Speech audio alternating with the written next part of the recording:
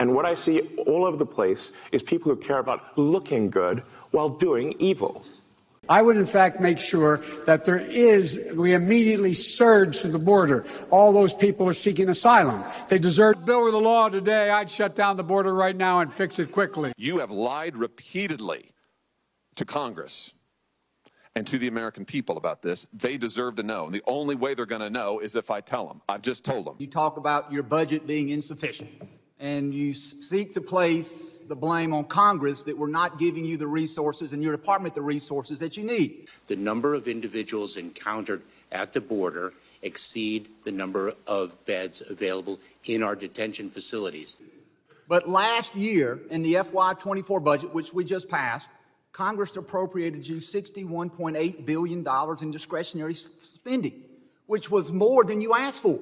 And so Congress is giving you more money than you're asking for, but you're repeatedly coming into these hearings and you're trying to say that you don't have the financial resources that you need to carry out the job.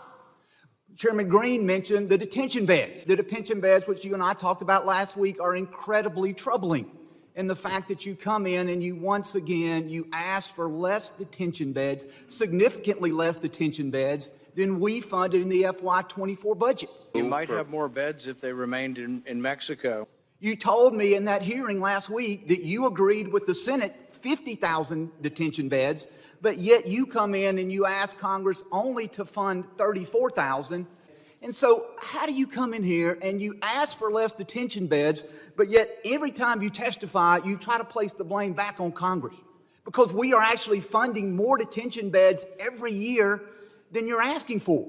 And in a time in which we see a record surge of immigrants coming across the border. Surge to the border.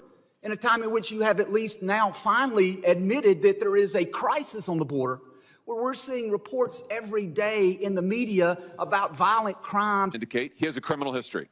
He is arrested in New York by NYPD for what? Injuring a child. Committed by immigrants. ICE has detained more than 32,000 migrants here with criminal convictions and another 11,000 with pending criminal charges. There have been 4,700 for assault, 5,200 for drug crimes, and 1,100 for weapons crimes, 1,200 for sexual assault, 490 for homicide. Who are not in custody, who are not detained. 450, 261, 92, 46, 50 of whom have been released. But released into the interior, and yet you come in here, and as a key part of your budget, you're asking for substantially less detention beds. I see, according to the FY23 year-end report, that the non-detained docket, the docket that shows the number of non-detained individuals who you've allowed in the country, has now reached over 6.2 million people. 6.2 million. I spoke just yesterday with the ICE Director Lightliner, and he told me, Mr. Secretary, that that number is now over 7 million. There are more than 7 million migrants on that non-detained docket. That report is old, that number is more than 7 million.